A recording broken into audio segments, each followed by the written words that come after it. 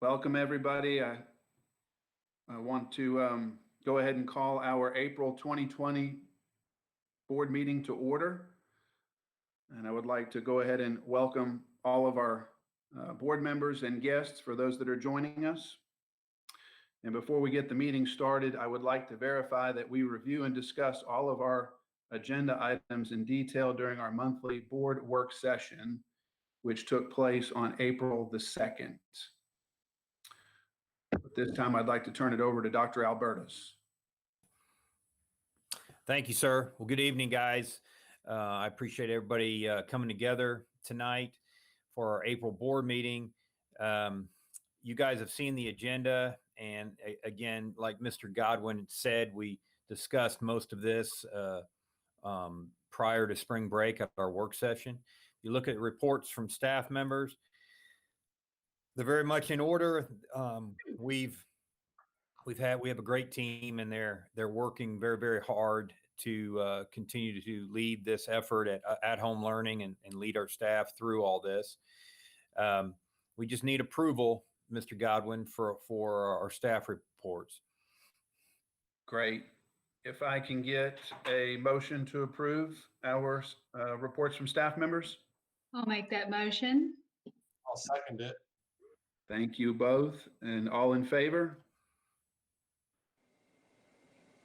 Great. We'll make that approval.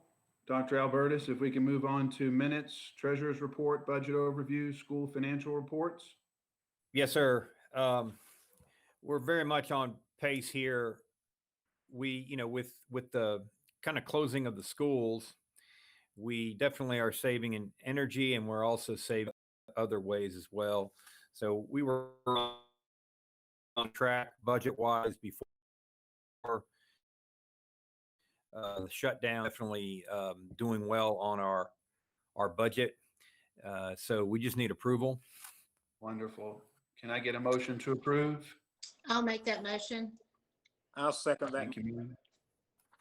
Thank you, Mr. Gill. All in favor? Aye. Aye. Great, none opposed. Dr. Albertus, our consent agenda. Yes, sir. We don't have a consent agenda tonight. We also do not have any old business or new business. If you don't mind, I'd like to go into the superintendent's report. Absolutely, that'd be great. I just want to give everybody a kind of an update on graduation. I met with Mr. Brooks yesterday, our high school principal, and he has done a really good job of trying to research and try to get some of the best practices that are being proposed out there. And as you guys know, everybody's in the same situation. So there's plenty of ideas out there, from statewide to nation wide. So he is taking this week, it's his main priority. He's going to be meeting with the senior student council members, quite a few of them. It's very much a cross section of our student body, different social groups and different things. He has a meeting set for Thursday morning to talk with them.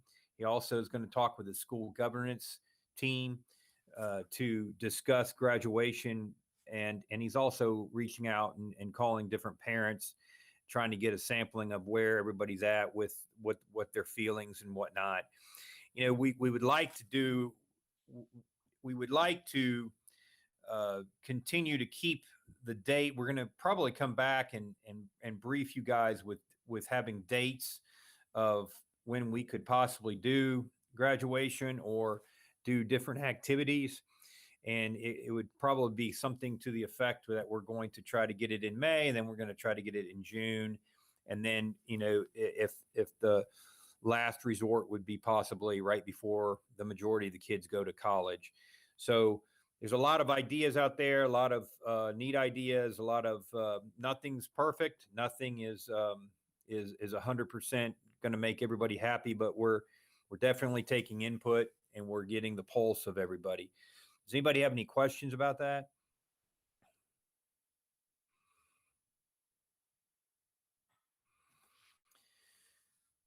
Gotcha.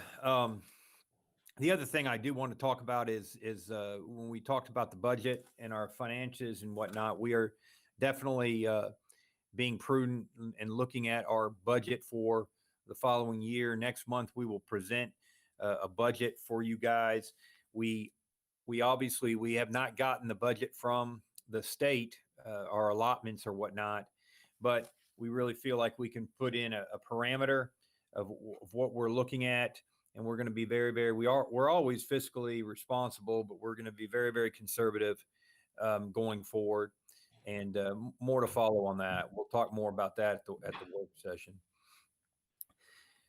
That kind of concludes well, I just want to say, and we talked about this at the work session. I want to say that everybody is doing an amazing job with continuing to push the at-home learning. I do want to make everybody aware that we are staying on top of all our IEP meetings and different types of meetings like that. Our staff has been doing a tremendous job of if a parent can't connect or get what they need through their phone or whatnot, we've even had staff members take Chromebooks out to parents so that they can participate in their son or daughter's meetings. So we are continuing to move forward. We are not making excuses, and we're staying on timeline with all the different meetings we have to have.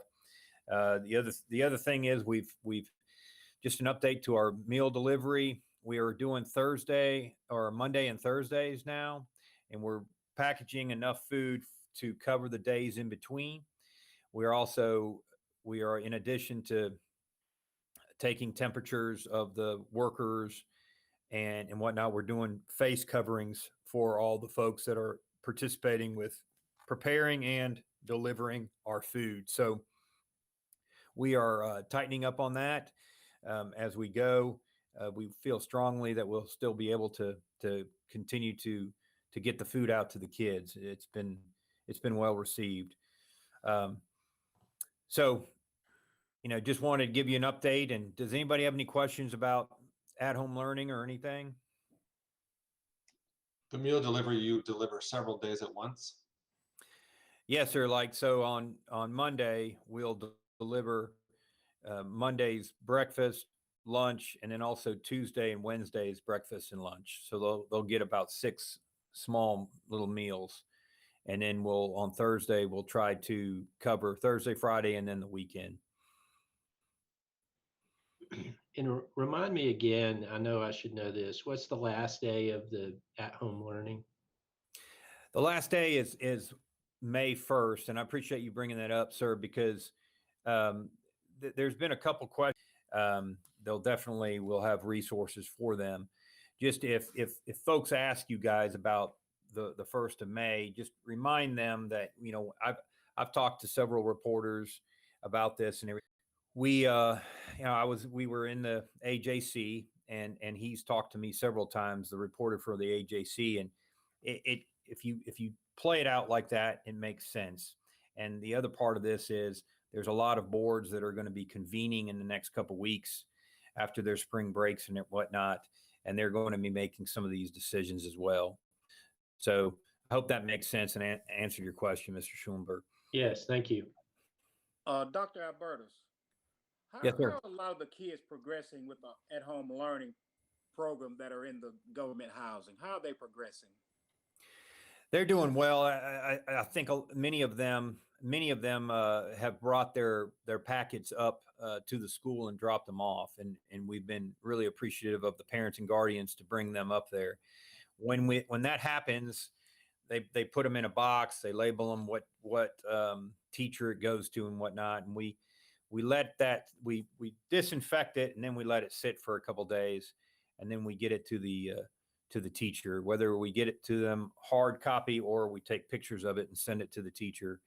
But there are some kids that are using their phones to utilize the online, and then we've signed out over about 350 Chromebooks to kids that have come up. Parents have come up and signed out Chromebooks, and that happened before spring break, the week before spring break. So when we talk about internet, many of them have access to internet. Some of them don't. And then others have cell service that they can take pictures of their work and send it to their teachers. So many, all across the city, folks are finding a way to get their stuff to the teachers, and the teachers are also running it down.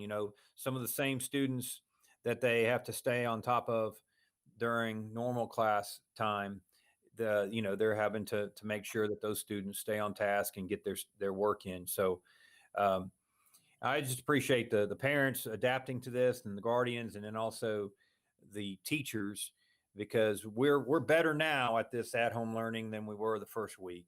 And Yes, and sir. and, Absolutely. and the last 2 weeks we will be better than we are now. So everyone's growing from it, but I can't impress on the parents enough that, and this goes to my household too, but I can't impress on people enough that to get your kids on a schedule. I know it's difficult, but the problem comes where we're off with the teachers, because a lot of the kids are sleeping till 1, 2 o'clock in the afternoon. They're staying up all night doing whatever. And then when they get up at 1 or 2, they eat their cereal. And then around 4, they start working on their work. Well, around 4 or 5 is when the teachers start looking to make dinner for their families and start looking at different things. So a lot of our teachers are working well into the later hours at night, because that's when the kids are starting to do their stuff. And if we could just have, I know 7 o'clock is not realistic, but if we could get the kids up at least by 9 or 10, that would help out. Yes, sir. Okay, thank you, sir. Yes, sir. What other questions?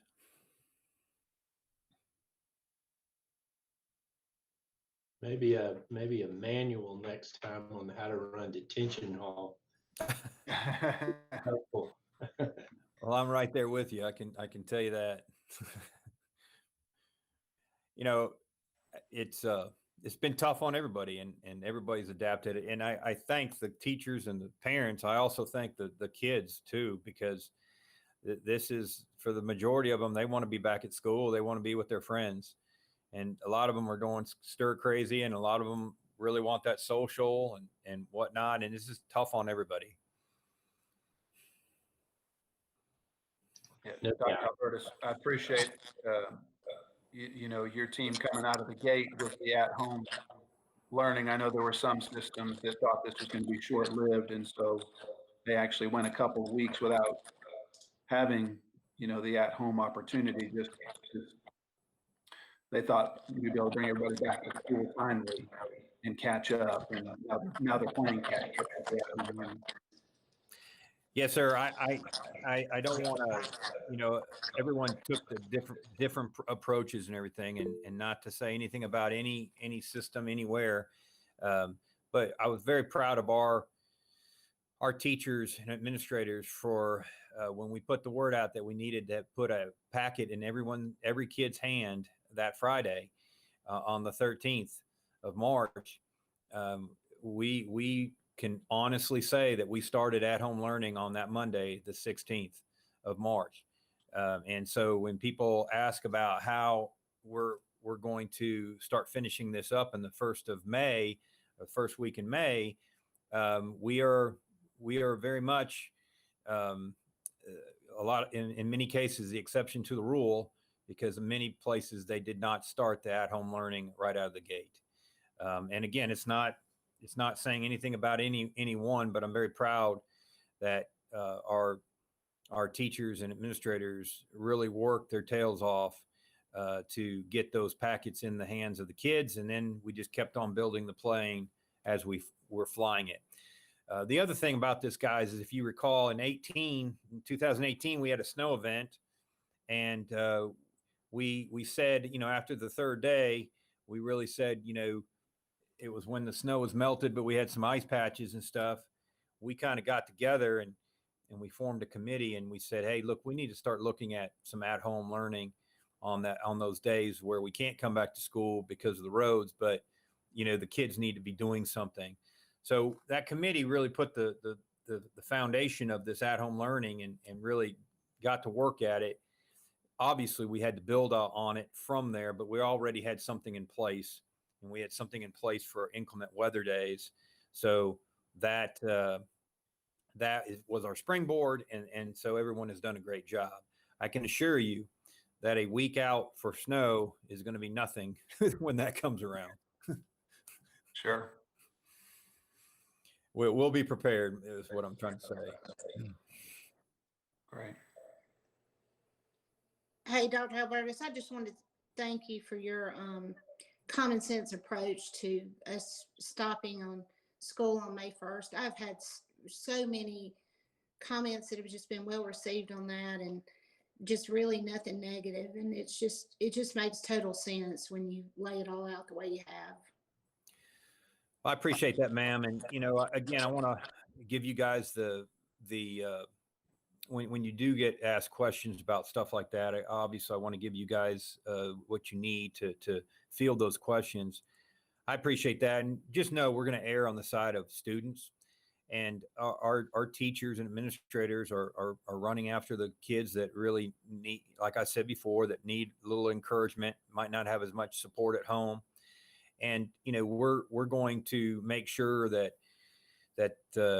kids get the grades that they should and deserve. And obviously we're going to be very, very conscientious about the seniors, and we're down to a handful of kids that we're needing them to turn in work so that they can cross the stage. And I mean, we know them by name, and we're contacting them every day and encouraging them and motivating them.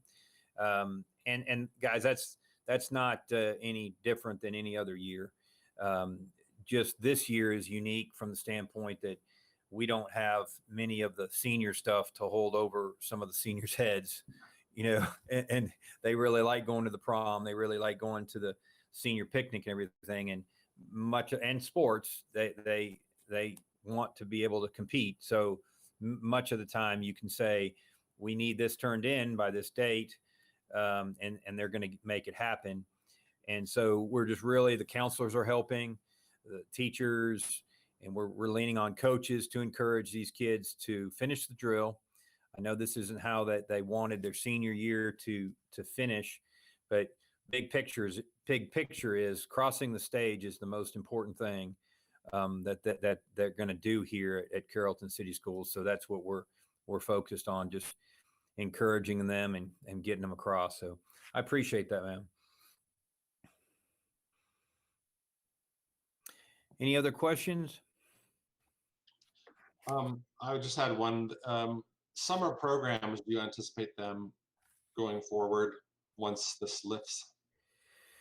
Yeah, we'll definitely, we are preparing for that right now.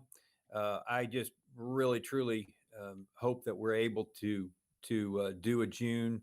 We would be under the umbrella of our 21st Century grant. That's our after school grant. But like we talked about earlier at the work session, we will beef that program up. We will have teachers. We already have teachers lined up, master teachers lined up, to make sure that we review much of the at-home learning, some of the major topics and standards. And then we'll also have enrichment opportunities and field trips like we do in June program in normal years. So we'll definitely have opportunities, and it's not only going to be for the kids that are normally in the after school program. It's going to be for all families. And we're going to have enough teachers and supervision and whatnot to support whoever wants to come to that program. It's a 3-week program. So, however it fits with different families, if they want to go 2 weeks or if they want to go a week and they have something scheduled. But that would be amazing if we're able to meet face to face and have those review sessions. We'll also have the same type of thing virtually if we need to. But again, it would be more of the at-home learning type model if we're not allowed to gather in June. Thank you. For those who ask, one of the things about the meal program, our community. There's so many people out there that want to do something, but they don't know what to do. So they really like the idea of helping with the meal distribution and everything. We distribute meals during the summer every year. So in May, we will start transitioning toward our summer program. And so if anyone asks you how they can get involved and if what's the need, we'll definitely need volunteers for the summer months to help pass out food, because what we're doing now is what we do every summer. And so we'll just continue that on through until the start of the new year. But in the summer months, many of the staff, they still participate, administrators and teachers, but many of the staff are with their families and doing other things, vacations and whatnot. So the volunteers really help out to fill in the gaps and help move that program along.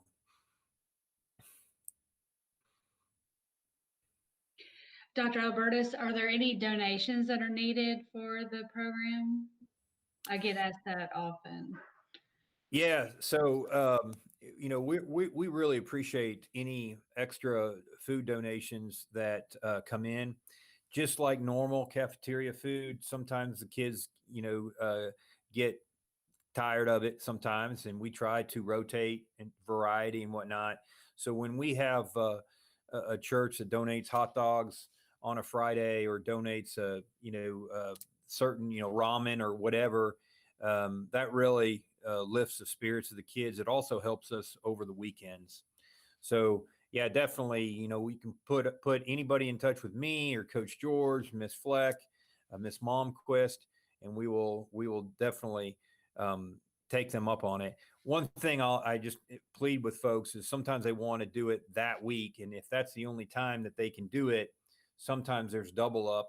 We might need them for 3 weeks from now or whatnot, because we just want to spread out the support, because the need is going to be there long term for this.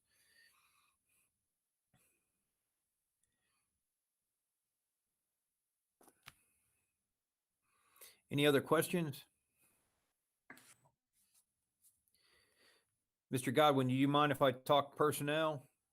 Please, perfect. So I want to point out personnel, some of the things. Coach Glanton, he needs just about a half a year more to retire. So I just want to make sure that everyone understands what that means on the approval of his contract. It would be for first semester. So when the first semester in December wraps up, Coach Glanton's really excited. He's going to be able to retire, and he's done a great job for us as a teacher and a coach. If you look through the other recommendations, just to point out that we have a couple more retirements. Miss Lynn Ingram, that's Mr. Mabry's daughter. She is retiring after 30 years and working at the junior high. She will be missed. And also Mike Mason, Coach Mason, has an opportunity to work with a buddy of his in emergency disaster relief. And so he's going to be, his family and him are going to stay in the area, but he has an opportunity there. So all of these retirements, the first opportunity that we get to go face to face for board meetings, we will honor all these retirees. But I really wanted to hold off, even if we have to go into the summer or even the new school year. Miss Reynolds has done a good job of communicating with these retirees and telling them that, most of them are staying local, and we really want them back so that you guys can congratulate them in person, and we can do it the right way. So, whenever we can get back together and have a face-to-face meeting, we will make sure that we honor all the retirees. We just needed approval, sir, for the personnel. Super. Can I get a motion to approve this personnel summary? Make a I'll motion. make that motion. I'll second it.